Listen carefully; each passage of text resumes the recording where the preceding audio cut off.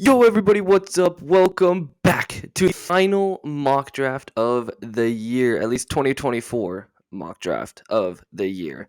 We're just going to go straight into it. Obviously, this is all predictive. This is not what I would do.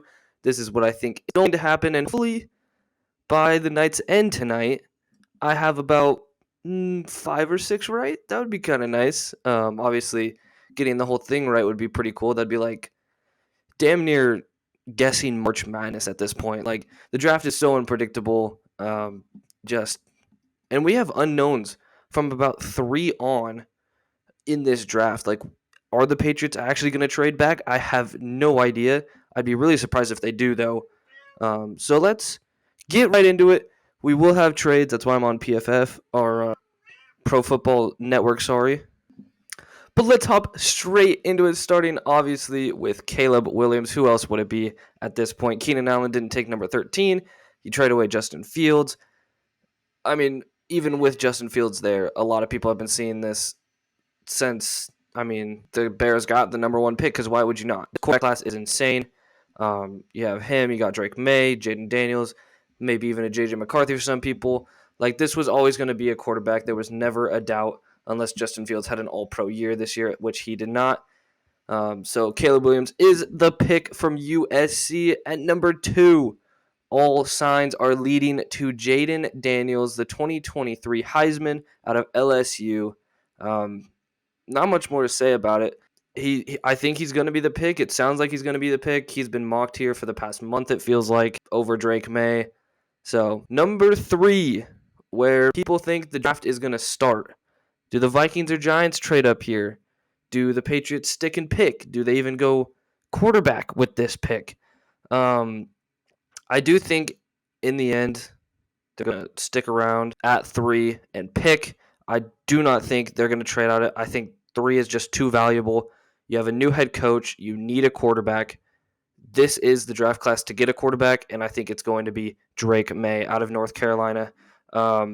Just sounds like a really good teammate, a good leader, has all the tools that you would want in a quarterback. He's got prototypical size at 6'4", almost 230 pounds. I mean, this dude looks to be like the next great quarterback. Comparisons to Josh Allen, Justin Herbert. I compared him to Andrew Luck the other day, even. Like, he's got those type of tools in his arsenal. At number 4, I don't think the Cardinals trade down. It sounds like they've been pretty stingy about this number 4 pick. Marvin Harrison Jr. to the Cardinals. It's been kind of just set in stone since the season ended here at 4. Arizona, generational wide receiver prospect out of Ohio State. The name carries a lot, but so does the talent that he holds. At number 5, we have the Los Angeles Chargers. And what do they do? I really think this could be tackle. They obviously could trade down here, and I don't know if the Vikings want to give up 23 to move up when they might not have to, the way that the board is falling. I think we're going to stick here, and we are actually going to go to tackle J.C. Latham out of Alabama. I've seen this a couple times.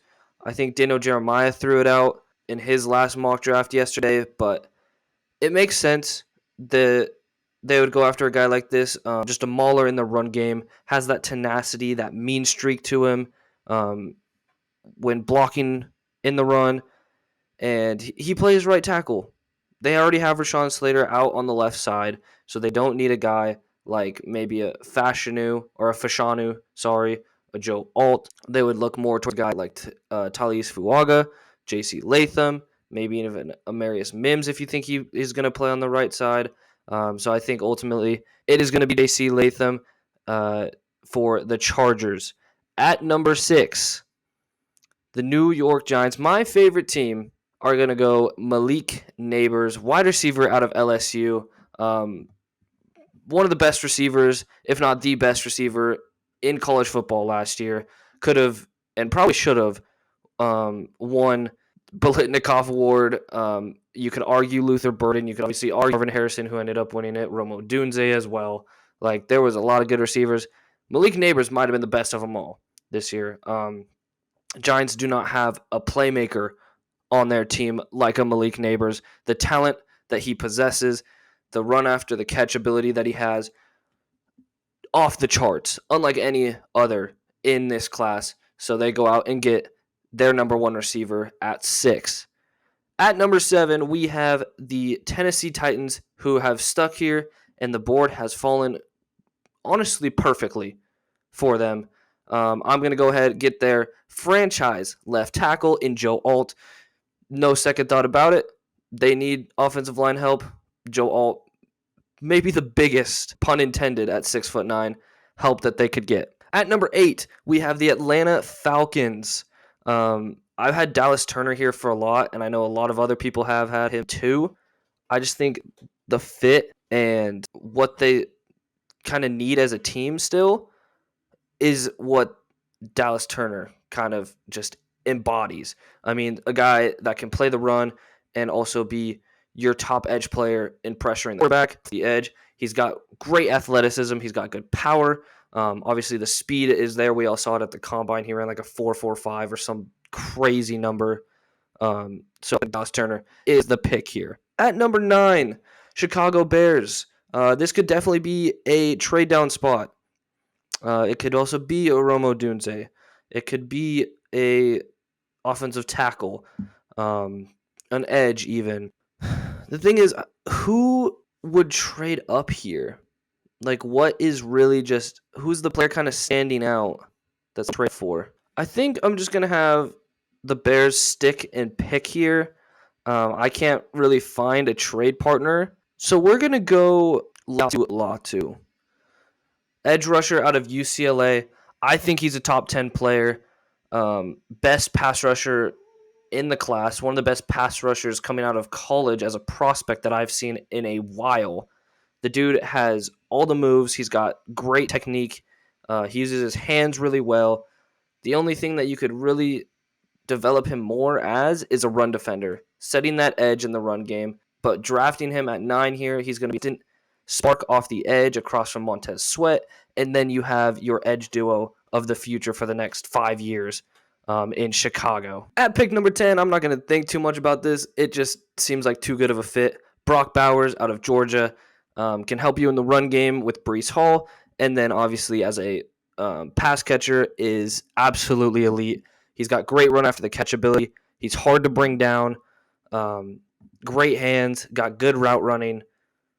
Brock Bowers at 10. It just makes too much sense. And now at 11, Vikings do not have to move.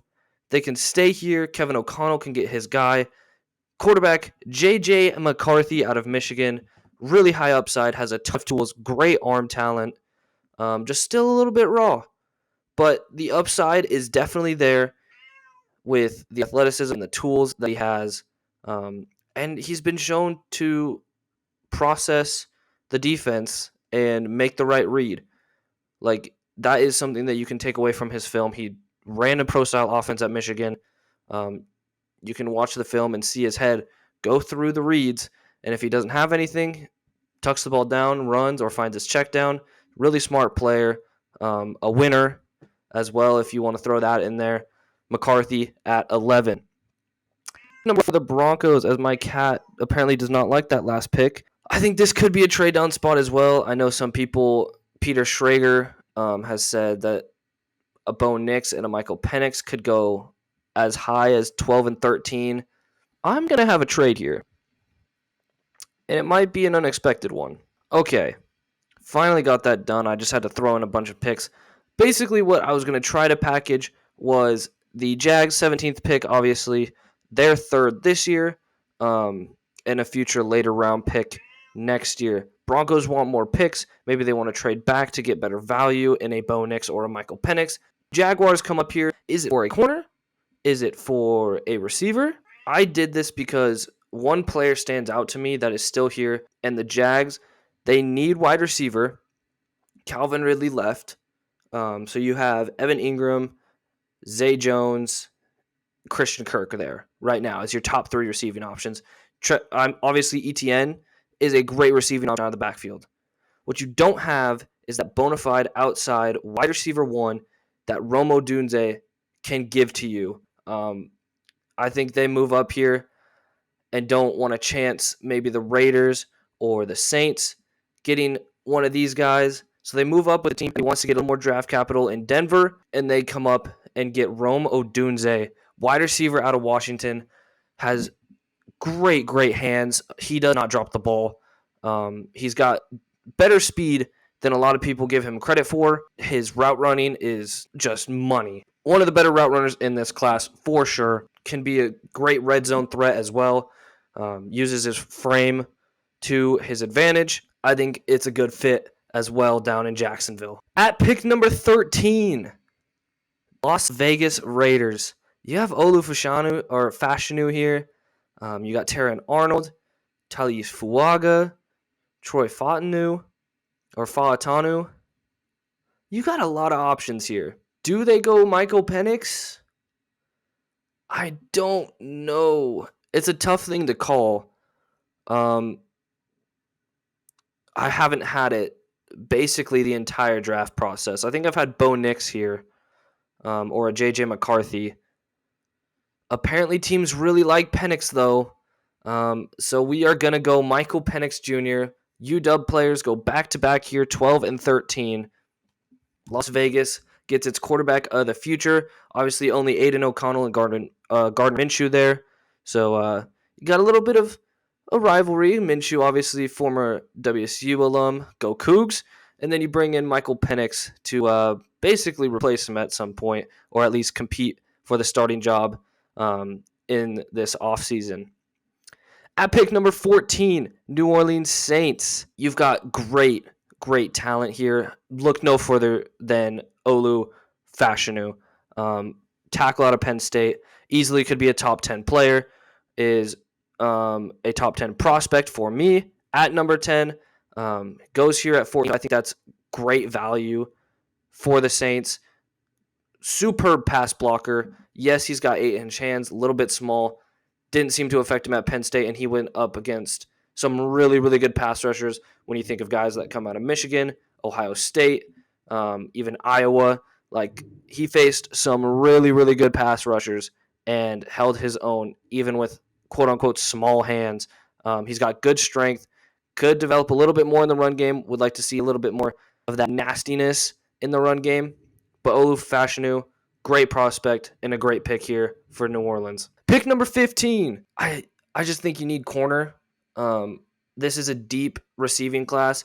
You could definitely go Brian Thomas here, but I think corner is a bigger need, and you're not going to find the same value for a corner later on in the draft as you will wide receiver. So I'm going to go with a guy that, the Colts it seems like kind of a Colts pick here. Quinyon Mitchell, cornerback out of Toledo, super athlete, and a great defender. He locked down everyone at the Senior Bowl. Between the athleticism and the production, it just seems like a Colts pick. They love their athletes. Chris Ballard and Jim Irsay do. Seems like a perfect fit. Can press, can play in the zone. Really good in man, obviously. He showed that at the Senior Bowl. Looked really fluid in the on-field drills at the Combine. Fantastic prospect in Quinyon Mitchell. At number 16, we got the Seattle Seahawks. You look at guys like Troy Fautanu, keeping him in Seattle, and not only keeping him in Seattle, but keeping him in the same offense. Ryan Grubb, the new OC at the Seattle Seahawks, University of Washington, could be a really good fit there. Obviously, they could also use maybe a guy like a Graham Barton. They lost a guard and a center, Jackson Powers Johnson even. I think, all right, we are having the Philadelphia Eagles move up to 16. Maybe they're going to take a corner, and we are going to take Terrion Arnold here to Philadelphia. Just has that tenacity at corner. I think he can play inside or out. Yes, he doesn't maybe have that long speed, but he's got the quickness. He's got the ball skills. He's got the instincts to get physical and play well through his instincts and make great plays on the ball. I ended up trading, obviously swapping the two picks. So Seattle will be picking at 22. Philadelphia moves up, giving Seattle their third this year and a sixth, I think it was, to move up 6 spots here. and then I threw in some other picks just so the trade would actually go through because for some reason Pro Football Network's trade system is just so, I guess it's pretty stingy. Yeah, it is. But Terran Arnold's the pick here for Philadelphia. They need cornerback help. James Bradbury and Darius Slay are getting no younger. They also just didn't play that well last year, so Terran Arnold can come in, and he might be CB1 for them at the end of this year.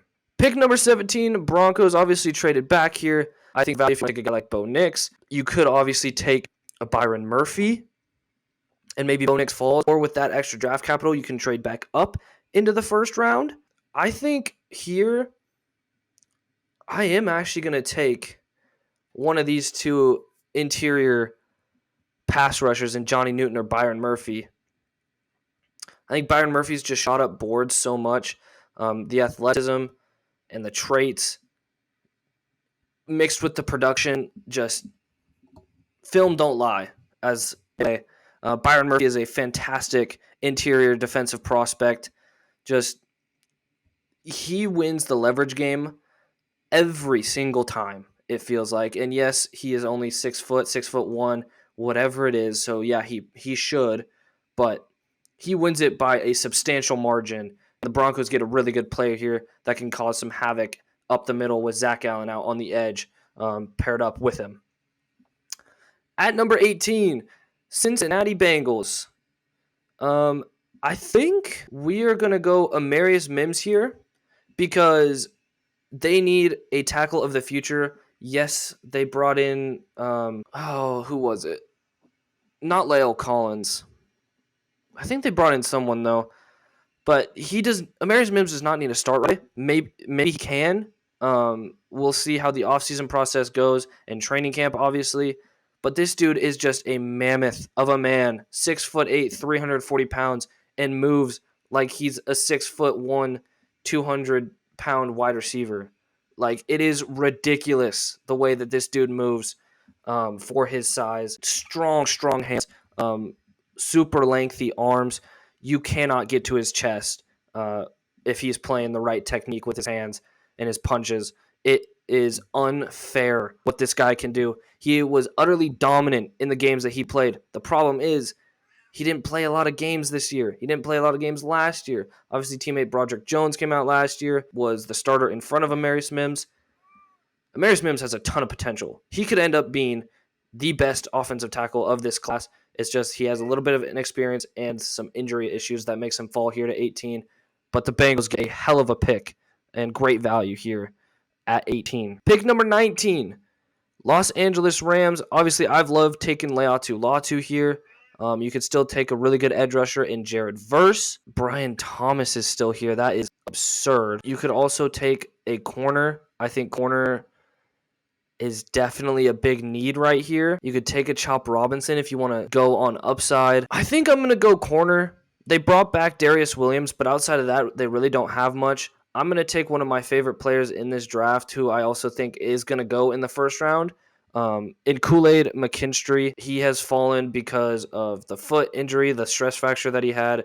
He's fallen because people don't think he has the top-end speed or athleticism. I think he's got all of it. Maybe not the top-end speed part, but his football IQ is just so high. He mirrors fantastically in coverage. Just super smart player. Great in zone. Good in man. Would love to see him play a little more instinctually when in zone, but regardless, a great player here. And Rams get a really solid cornerback. Maybe cornerback one of the future in Kool-Aid McKinstry. At pick number 20, we got the Pittsburgh Steelers. Obviously, you brought in Broderick Jones last year. You traded away Deontay Johnson. So you only have George Pickens there. I'm looking at Fuaga or Brian Thomas. Either are great value here. We're going to take Fuaga here because I think the tackle talent falls off a lot more than the receiving talent. This receiving class is so deep. I don't think you're going to get another player with Fuaga's upside later in the draft as a tackle unless you go for a Patrick Paul type player. So you get Fuaga here. Mauler in the run game is going to open up a lot of holes for Najee Harris. Can develop as a pass blocker. Maybe doesn't fit at tackle. But you don't even have to play him at right tackle because you got Broderick Jones on the left, so you can play Fuaga at the right without having to force him to switch over to the left. Maybe he doesn't work out at tackle. Play him hard. Doesn't really matter. I don't know if I said that twice. My cat is being a dipshit. Got a little bit distracted there. But Fuaga, like I said, he's got great athleticism. Plays with that mean streak. He's going to be a really good player in the NFL, whether it is at tackle or maybe it's at guard. Pick number 21 here for the Miami Dolphins. Troy Fautanu seems like a perfect pick here. They need guard help. They need tackle help. Maybe you think he can play out at right tackle. He obviously did very efficiently at Washington. Maybe you think he kicks into guard. It still doesn't matter. You lost Robert Hunt. He can slide in and be a day one starter and a really good starter for you on the interior. Pick number 22. You hate to see that go if you're the Seahawks. He almost fell to you. However, we're going to take the top center in the class in Jackson Johnson to replace a guy that you lost. And maybe you think he can play at guard as well. Doesn't really matter. I think he's just the top interior player any way you put it in this class. Good athleticism. Gets up to the second level really well in the run game. Didn't give up really any pressure in the pass pro. Solid prospect and has still room to grow as well. Pick number 23, second pick for the Vikings. Didn't have to give it up for a quarterback. I think Grant Barton could definitely be in play here. But I also really like Jared Verse. And they need an edge rusher across from Jonathan Grenard. You lost Danielle Hunter. You lost Marcus Davenport. You really don't have any edge help right now. You can't just throw Grenard out there and expect the other guys around him to do something. Like, get another guy across from him. Jared Verse, super good pass rusher. Really good at using speed to power. Strong hands. He just drives tackles back into their quarterbacks. Jared Verse is a really good player here, though, at 23, and great value. Pick number 24, the board is falling, I would say, quite perfectly for the Cowboys. But I am actually going to trade here. The Buffalo Bills will come up trading a third and maybe a late-round draft pick to get up to 24 to get Brian Thomas Jr., who has somehow fallen all the way down the board here. A 6'3", just deep threat. Can spread the defense out. Can also develop into a really good route runner, I think. He's got the athleticism and fluidity to be able to run routes in the NFL and get separation with ease. He's also got a big frame, great hands. This is a guy that the Bills need. All you really can throw out there right now is Shakir and the two tight ends they have in Knox and Kincaid. I can't even think of another receiver that they have. You got to get some receiving help in a deep receiving class, and they get it here in Brian Thomas Jr. At number 25, Green Bay Packers. I think this could be a Graham Barton. It could be a Cooper DeJean. I really like Cooper DeJean here, but I'm going to go Graham Barton. There hasn't been a lot of projection for this pick. It's kind of just been a lot of guessing, at least for me. It's been Cooper DeJean a lot. I've had edge rushers here. I've had Darius Robinson here. I think they go with a safer pick.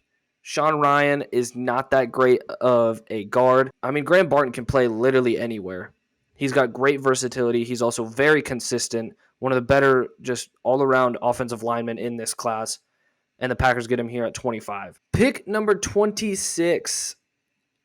Chop Robinson is screaming my name right now. If I'm the Buccaneers, I am getting on the phone, calling him immediately, handing in the card because they need edge help. And my God, can this guy give it to you? Twitched up to all hell. I mean, the quickness, the twitchiness.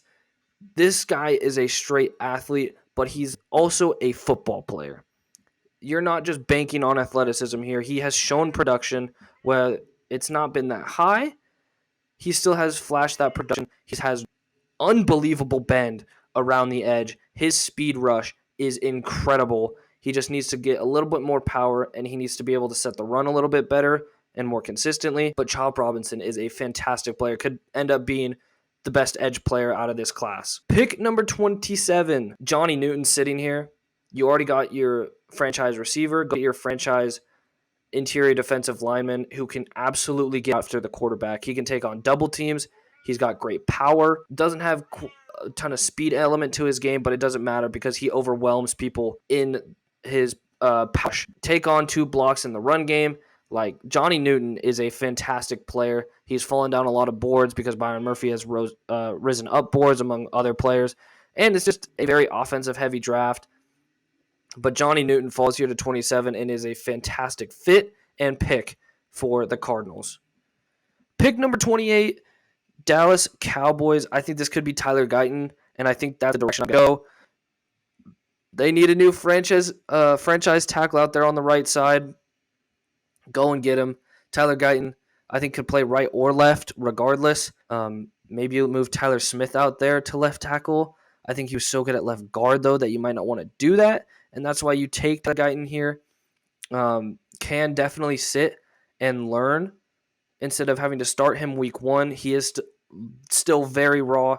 I'm not the biggest Tyler Guyton fan, but I do think his athleticism and potential brings him into the first round. And he goes here at 28 to the Cowboys. Pick number 29, Detroit Lions. I'm going to go Cooper DeJean. He feels like a Detroit Lion. I mean, he has just so much potential, whether it's at safety or it's at corner. Great athleticism, plays with great instincts. He's an absolute playmaker. You can put him back at punt returner if you really want to. Flash the ability to do that at a very high level. Cooper DeJean is a fantastic player, just an all-around football player, might I add, which is something that Dan Campbell really loves. You can match him up now with his old teammate in Jack Campbell, who they got last year, to really shore up that defense. Pick number 30, Baltimore Ravens. Where do we want to go here? You could definitely go tackle Kingsley Suamataia, Jordan Morgan, Darius Robinson if you want to get a little bit flashy along that defensive line. It could be a wide receiver as well. They did just re-sign Rashad Bateman.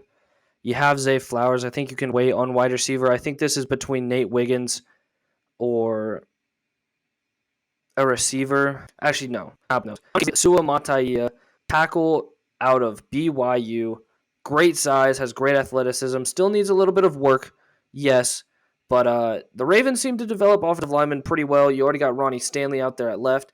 Kingsley can come in and be that right tackle of the future to be across from Ronnie Stanley. And Ronnie Stanley's getting a little bit older, so maybe you think he's the left tackle of the future out of BYU. But like I said, great athleticism for his size. He's about 6'5", 6'6", like 330 pounds. Has shown the ability to use his hands really well, maybe not at a consistent level, but Kingsley Suamataia, the pick here for the Ravens. Pick number 31 for the San Francisco 49ers. I think they don't like the fact that Suamataia just went right there. I'm thinking about it. No, I'm just going to stick and pick here. I thought about maybe having the Broncos trade back up into the first round, but they need corner help across from Charvarius Ward. Yes, you've got guys like Isaiah Oliver. Actually, no, I don't think he's there anymore. You just have a lot of guys. Ambry Thomas, trying to think of some other dudes, but not a lot of guys with a lot of high-end talent, you could say, out on the perimeter. Cyrus Ward and Hufanga. Get a guy in Nate Wiggins who can play really, really well in press, in zone, obviously in man, like has great speed, can keep up with deep threats on the other team while Charvarius Ward is locking down the number 1 receiver. He just needs to bulk up a little bit and play the run a little bit better, and he's going to be maybe a cornerback 1 in this league. Nate Wiggins is a fantastic player. Pick number 32. One of the Texas receivers is falling out of the first round, and it's going to be A.D. Mitchell, I think, just because of the effort issues that have kind of circled around his name. Xavier Worthy will be the pick here for the Chiefs, who I also just think is going to go in the first round. And I think A.D. Mitchell can go in the first round. I love A.D. Mitchell, but there are legitimate questions about his health and about his effort on the field. So Xavier Worthy ends up in the first round here. Quote unquote Tyreek Hill replacement. I'm not going to say that. Threat back for Patrick Mahomes will spread out the defense and make them always have to play over the top. It'll open up things for a Rashee Rice if and when he comes back. And Travis Kelce underneath. So Xavier Worthy, the pick there. I think it's a really good fit for the Chiefs. But that will do it for my final 2024 mock draft. Had some trades for the first time in a long time. I actually feel pretty good about this draft. So, big things to take away. I do think that the Patriots are going to stick 3. Sorry. Oh, my goodness. I think the Patriots will stick and pick at 3. I think it's going to be Drake May. If they don't, I would be shocked. And if it's the Giants that trade up, I would be ecstatic, to say the least. But I think it's going to take a lot, and I don't know if the Giants want to give up that type of draft capital. Same with the Vikings. So a really good mock draft here, I think. Hopefully, like I said, we get a couple right. I would take literally like 5, like I said, correct picks. So hope you guys enjoyed. I will be live streaming the draft. So come subscribe. Well, first subscribe, turn on the notification bell. We'll be going live around 4:30 to 5 o'clock, about 30 minutes before the draft. And we'll be hanging out. We'll be chilling. It's going to be a good time. So like I said, subscribe, hit the notification bell so you know when I go live. And you can come join, hang out, and enjoy the draft fun. I think it's going to be crazy. Obviously, there's always picks that are going to kind of just be surprising, be just picks that are absolutely just out from right field. So, like I said, come hang out, man. It's going to be fun. Hope to see you guys there. Hope you have a good rest of your draft day. Let's get it. Take it easy, and peace.